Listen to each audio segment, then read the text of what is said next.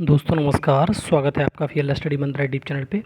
ईपीडब्ल्यूएससी ने जो भर्तियां होनी हो उसमें बड़ा झटका दे दिया है छात्र छात्राओं को, और ये झटका इतना बड़ा है इसका कोई जवाब नहीं। ई टेंडर जो नोटिस जारी की गई थी या टेंडर की सारी जो प्रक्रिया है वो पूर्ण होनी थी, 20 सितंबर को पूर्ण होनी थी, लेकिन ईपीडब्ल्यूएससी के द्वारा जो बात बताई गई है वो एकदम घातक टाइप की है, क्योंकि ईपीडब्ल्यूएससी की जो परीक्षाएं अब स्टार्ट कब होंगी इसके बारे में अनिश्चितता है। ठीक है, क्योंकि पहले ईपीडब्ल्यूएससी ने कहा था कि हम नवंबर में परीक्षाएं स्टार्ट करा देंगे, लेकिन ऐसा प्रतीत होता दिख नहीं रहा है। लेकिन कल जो छात्र छात्राएं गए थे मतलब धरना प्रदर्शन के लिए, उनसे ज़रूर बोला गया है कि नवंबर दिसंबर आप मान के चलिए आपकी परीक्षाएं स्टार्ट हो जाएंगी, लेकिन विश्वास जब होगा जब परीक्षा एजेंसी ही नहीं है तो आप कैसे करा देंगे आप परीक्षा को, ये समझ लीजिए।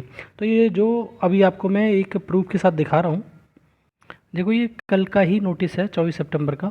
और आवश्यक सूचना, उत्तर प्रदेश अधीनस्थ सेवा चयन आयोग द्वारा OMR आधारित ऑफलाइन ढंग से परीक्षा के संचालन से संबंधित कार्यकलाप बी हेतु ई निविदा टेंडर ID 24_UP/SSC U/SSC, और ये इसका नाम वो दे रखा है नंबर के अंतर्गत निविदा की तकनीकी मूल्यांकन किया गया, जिसमें समस्त निविदादाता अनहैर पाए गए। अनहार मतलब वो एलिजिबल ही नहीं पाए गए।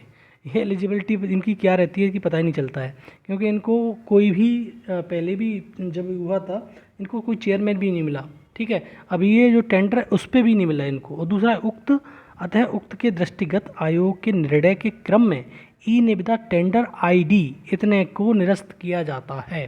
सीधा सीधा बात है कि ये लोग पता नहीं चाहते क्या हैं, मतलब इनको अध्यक्ष नहीं मिल रहा, इनको परीक्षा एजेंसी नहीं मिल रही, तो परीक्षाएं होगी कैसे। लेकिन जो कल गए थे लोग उनके द्वारा ये बात बताई गई कि जो परीक्षा हैं मतलब वहाँ के कर्मचारियों और अधिकारियों द्वारा कि परीक्षा आपकी नवंबर दिसंबर में होगी, लेकिन हम अब इसका विश्वास नहीं रहा है।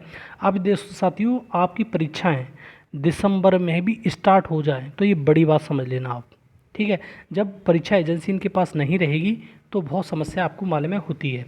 और दूसरा, जूनियर असिस्टेंट जो टाइपिंग है वो अब दिसंबर से पहले नहीं होने की है। ठीक है, और जितने भी नोटिफिकेशन आने हैं, नोटिफिकेशन जल्दी आ सकते हैं, हो सकता है नोटिफिकेशन ये निकाल दें, मतलब ईपीडब्ल्यूएससी को निकालना होता नोटिफिकेशन, तो जैसे लोअर का नोटिफिकेशन आना है, लेखपाल का आना है और तुम्हारे ANM का आना है, और एक आध स्पेशल भर्ती होगी उसका आ सकता है। बाद बाकी 3 नोटिफिकेशन है, ये नोटिफिकेशन आ जाएंगे, लेकिन अब परीक्षा एजेंसी नहीं है तो अब ये दिसंबर से पहले परीक्षाएं नहीं होने वाली।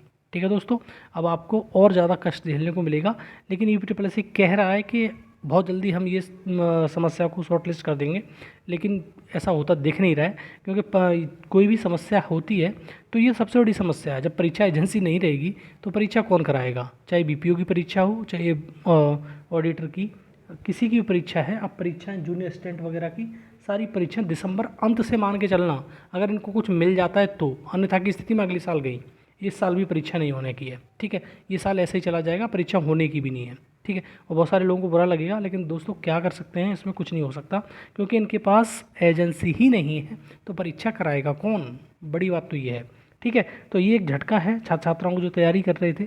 अब क्या ही कर सकते हैं, कुछ नहीं कहा जा सकता ना किया जा सकता है। ठीक है दोस्तों, तो ये जो कल की सूचना थी इसी का पूरा ईपीडब्ल्यूएससी ने ये ब्यौरा दिया है 24 सितंबर का।